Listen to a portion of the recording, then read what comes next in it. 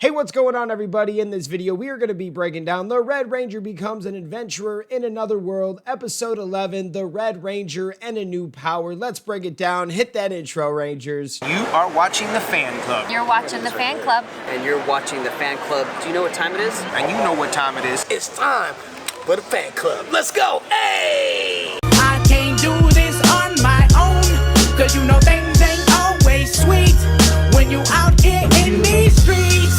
But my morpher when it morphed, I made a fake one. What is going on, everybody? Welcome to the fan club. We are so happy to have you guys. Happy Sunday, fun day. I know we're going to say that in a video later today, but it is a good day. We are going to have some fun. I'm going to take my family out later. We don't have a lot of weekends left where I have free time. Now, you guys probably know if you've been watching this channel, we run a wedding business, and that means we do a lot of DJing, a lot of photo booths during wedding season, and it gets a little crazy, but right now we're kind of enjoying having a few weekends off before we start to get hammered in April and May. But this morning I woke up and watched episode 11 of The Red Ranger Becomes an Adventurer in Another World. This one is titled The Red Ranger and a New Power. We're going to read you the very small description from Crunchyroll, and then we will give you the fan club breakdown. Azir becomes a rampaging sandstorm, forcing Red and the others to fight a literal force of nature. This episode was wild, and the show just keeps getting better. This episode has to be hands down the best one so far that I've seen.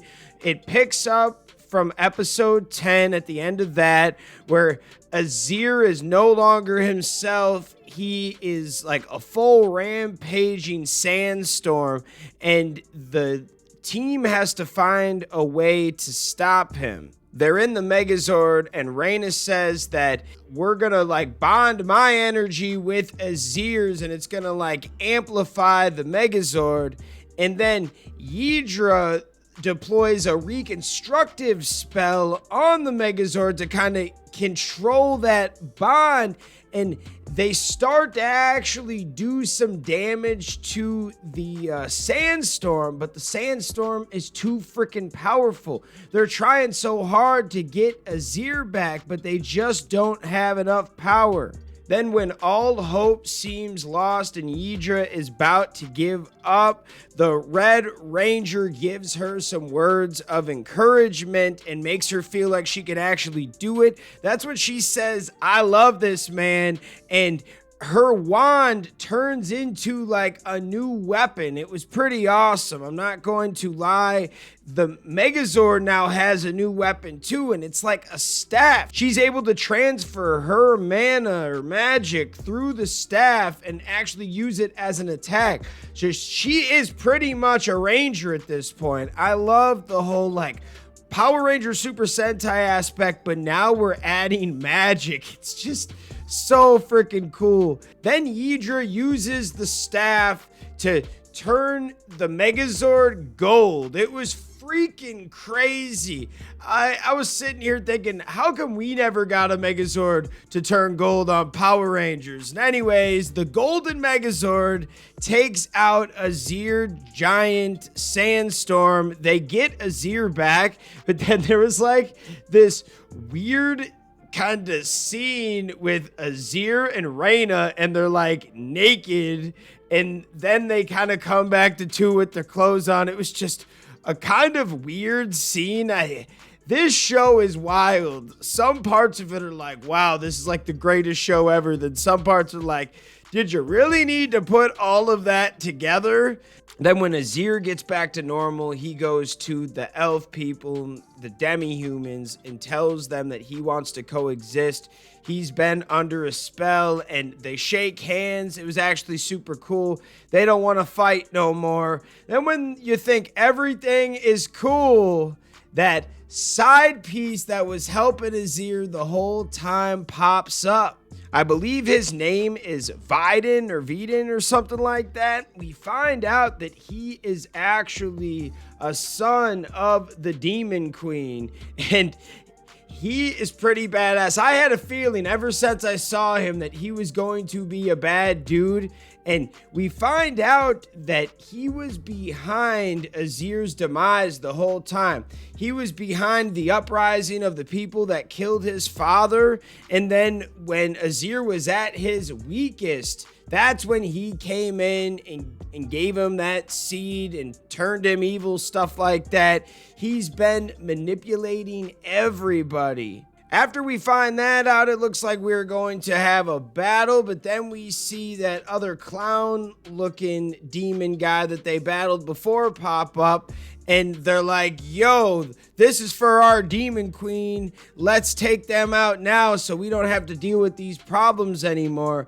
And before the Red Ranger can even morph, they punish him early. They're like, this guy is our biggest pain in the ass. Let's take him out. And for the next 2 to 3 minutes, it is nothing but the team just getting mollywopped.